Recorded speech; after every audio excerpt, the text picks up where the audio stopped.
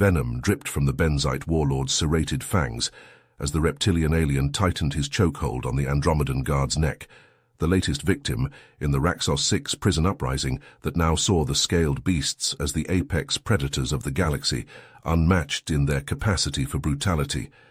But that would all change once the humans arrived. It was the year 2187, and Caleb Reed, a grizzled 31-year-old ex-Navy SEAL, sat across from the grim-faced Agent Jameson in a dingy Interstellar Corrections Bureau safehouse on the fringes of colonized space. Reed sipped a mug of coffee that tasted like rocket fuel, while Jameson slid a classified holofile across the plasteel table. "The Benzites have been the scourge of the civilized worlds for decades," Jameson said, his gravelly voice tight with controlled anger. "Odin and his thugs have taken over the Raxos 6 penal colony. They're executing the guards one by one. We're out of options. We need human help." Reed raised an eyebrow. "Benzites? I thought the ICB had them locked down tight." Jameson let out a harsh bark of laughter totally devoid of humor. "Yeah, so did we. Until Odin staged this little coup. Now he's threatening to kill the rest of the guards unless we meet his demands. Release him and his boys. A fleet of FTL ships. Enough weapons to conquer a moon." "And if you don't comply?" Reed asked, already knowing the answer. "He'll slaughter every last guard, broadcast their deaths on the IGNet to the entire damn galaxy, then raid and pillage his way across a dozen systems before we can stop him," Jameson said. "That's where you and your team come in, Reed.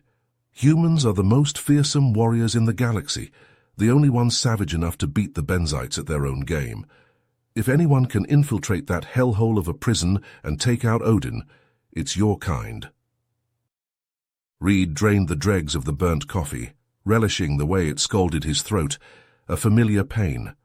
One way or another, that would be far from the last wound he'd endure on this op. But as he met Jameson's pleading gaze, he knew he couldn't say no. Even if it meant he and his team might not make it out of Raxos 6 alive, no human could stand by and let those Benzite bastards terrorize the galaxy. "I'm in," Reed said with a grim nod. "Let me assemble my crew. We'll show Odin and his reptiles what real apex predators look like."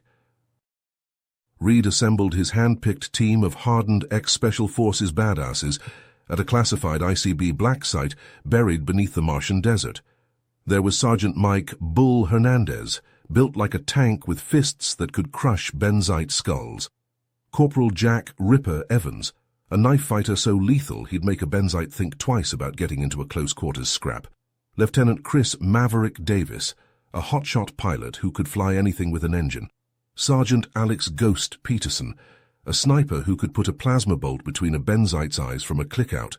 And Corporal Ryan Doc Murphy, a medic who knew 1,000 ways to patch up a wound or end a life, whichever the mission called for. For weeks, Reed and his men drilled 18 hours a day in the ICB's state-of-the-art combat simulator, memorizing every detail of the Raxos 6 prison layout and Benzite physiology. The sims were so real, Reed could smell the stench of alien blood, feel the kickback of his plasma rifle as he double-tapped a holographic Benzite guard in the head. During the rare downtime, the team traded war stories over shots of whiskey, the alcohol, and shared hardships, forging unbreakable bonds of brotherhood between them. The night before the mission, Agent Jameson pulled Reed aside with a grim look on his weathered face.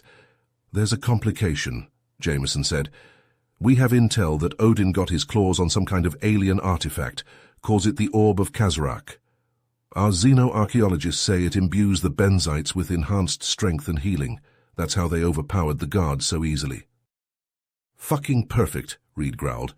"So now we're not just fighting Benzites but juiced-up super Benzites." Jameson nodded. "The orb is somewhere inside Raxos 6. Your orders are to retrieve it at all costs. We can't let Odin keep that kind of power." Reed's jaw tightened, as if the mission wasn't tough enough already. But he'd be damned if he let some alien trinket turn the Benzites into an even bigger threat. "We'll get it done." The team boarded a prototype ISC stealth corvette, the Wraith, a sleek black dagger of a ship designed for infiltration missions like this. As the Wraith knifed through the void towards Raxos 6, Reed looked at each of his men in turn, seeing the same grim determination etched on their faces. They all knew the odds of survival were slim, but they were the only ones standing between the galaxy and Benzite domination. Failure was not an option. The Wraith dropped out of FTL at the edge of the Raxos system. Reed's knuckles were white on the armrests as the small ship decelerated. A light blinked on the comms console. Incoming transmission. Maverick hit the button. "Wraith, this is Warden Crux. Do you copy?" "Copy, Warden. This is Captain Reed. What's the situation?" The Benzite's voice was strained. "Odin knows where the orb is. He's heading there now. If he gets it, there will be no stopping him. You have to intercept." Reed swore under his breath. "Roger that. Send the coordinates." "Transmitting now, and Captain, hurry." The line went dead. Maverick punched in the coordinates, his jaw tight. "Hang on to something, boys. This is going to be a rough landing." The Wraith knifed into the atmosphere, the outer hull glowing red-hot. They set down hard on the rocky surface, a click from the prison. Reed was the first one down the ramp, plasma rifle primed. "All right, men, you heard the Warden. Odin's making a play for the orb. We need to get to it first. Move out." They double-timed it toward a hidden entrance Crux had marked on their HUDs. It led into a network of underground maintenance tunnels beneath the prison. The team slipped inside, boots splashing through ankle-deep water. They hadn't gone 100 meters when plasma fire erupted from the shadows ahead. Reed dove for cover behind a support pillar as a bolt sizzled past his head. Benzite inmates, armed to the fangs. "Contact front!" Ripper shouted, returning fire. The tunnels lit up with a vicious exchange of plasma bolts and ricocheting shrapnel. Reed leaned out and put a burst into a Benzite's chest. The alien staggered, but kept coming, hissing with rage. "These bastards won't stay down," Bull yelled, hosing a group of inmates with his saw. "Aim for the head," Reed barked. He dropped two with precise headshots. Slowly they pushed forward, leaving twitching Benzite corpses in their wake. Then Reed heard Doc cry out in pain. He whipped around to see the medic crumple to the tunnel floor, blood pouring from a gaping wound in his thigh. Ghost was at his side in an instant, applying pressure. Reed hesitated, torn between helping Doc and pushing forward. But Odin was getting closer to the orb with every second. Ghost met his eyes and nodded. "Go, I've got him. Get that damn orb." Reed gritted his teeth and motioned the rest of the team forward. They fought their way deeper into the prison, facing ever more dangerous threats. Genetically engineered Benzite berserkers that shrugged off plasma bolts and kept charging. Automated turrets that filled entire corridors with deadly energy beams. But finally they reached the chamber where Crux had said the orb was hidden. Reed kicked open the door, rifle up. His blood ran cold. Odin was already there, his massive clawed hand reaching for the orb on its pedestal. The Benzite warlord turned and snarled at Reed. "You're too late, human. The orb is mine, and with its power the galaxy will soon follow." "Not on my watch," Reed growled. He lunged at Odin, slamming into the alien's muscled bulk. They grappled furiously, trading bone-crunching blows. Around them, Reed's team clashed with Odin's elite guard in a vicious melee. Out of the corner of his eye, Reed saw Bull break free and make a desperate grab for the orb. The sergeant's fingers closed around the artifact. Then a lance of searing energy stabbed out from Odin's gauntlet, striking Bull square in the chest. The big man flew backwards and crashed to the floor in a smoking heap, the orb still clutched in his hand. A crimson rage surged through Reed's veins as Bull's smoking body crumpled to the chamber floor. With an anguished roar, he launched himself at Odin, all thoughts of restraint incinerated. Reed's world narrowed to the snarling Benzite warlord before him, the monster who had just cut down his friend. Reed unleashed a relentless barrage of strikes, drawing upon every shred of his SEAL training. Punches, kicks, elbow smashes, and knee strikes blurred together in a brutal ballet. Odin met him blow for blow, his reptilian reflexes and cybernetic enhancements making him a formidable foe. As the two titans clashed, Maverick and Ripper seized their opening. They lunged for the fallen orb, snatching it from Bull's lifeless grasp. Plasma bolts sizzled past as they fought their way out of the chamber, cutting down Odin's guards with ruthless efficiency. "We've got the package," Maverick yelled into his comm, falling back to the extraction point. Ripper and Maverick sprinted through the labyrinthine tunnels, retracing the route they had carved through blood and fire. They burst into the dank chamber where they had left Doc and Ghost. To their relief, Doc was on his feet, his wound sealed with quick clot foam. Ghost crouched next to him, rifle trained on the tunnel mouth. "Where's Reed and Bull?" Ghost demanded. Maverick shook his head grimly. "Bull's down, KIA. Reed's still in there, locked in combat with that scaly fuck Odin." Ghost cursed vehemently. "We have to go back for Reed." "Negative," Ripper cut in. "Reed gave us strict orders. Evac with the package at all costs." "You know as well as I do Odin won't stop," Doc said, his voice tight with pain and anger. "He'll tear this whole prison apart to get the orb back." Maverick's jaw tightened as the harsh reality sank in. "There's only one way to stop him. We have to seal the chamber, bury that bastard under 1,000,000 tons of rock." "What about Reed?" Ghost asked hoarsely. Maverick keyed his comm. "Reed, do you copy?" "A little busy here, Mav." Reed's gritted voice crackled over the link, punctuated by the meaty thud of blows. "Sir, we have to seal the chamber to stop Odin. It's the only way."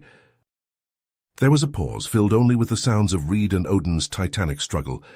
Then, "Do it, seal the chamber, that's an order." "But, sir—" "I said do it, goddammit," Reed roared. "I'll keep this scaly bastard occupied. Now move." The team shared an agonized look, torn between their loyalty to Reed and following his final command. With a heavy heart, Maverick nodded. "You heard the man. Rig the charges. Collapse the tunnels." Ripper and Ghost worked quickly, setting demolition charges at key structural points. As the timer ticked down, Reed and Odin fought on, the fate of the galaxy hanging in the balance.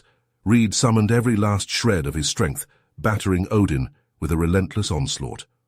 The Benzite warlord staggered under the assault, his regenerative powers taxed to their limit. With a final devastating uppercut, Reed sent Odin crashing to the chamber floor. The Benzite lay still, unmoving. Reed sagged, bloody and exhausted. He turned to limp towards the exit. Only for Odin's clawed hand to shoot out, clamping around his ankle. The Benzite hauled himself up, his eyes blazing with unholy light. Residual energy from the orb crackled across his form, knitting his wounds and fueling his impossible strength. Before Reed could react, Odin surged forward, slamming him to the ground.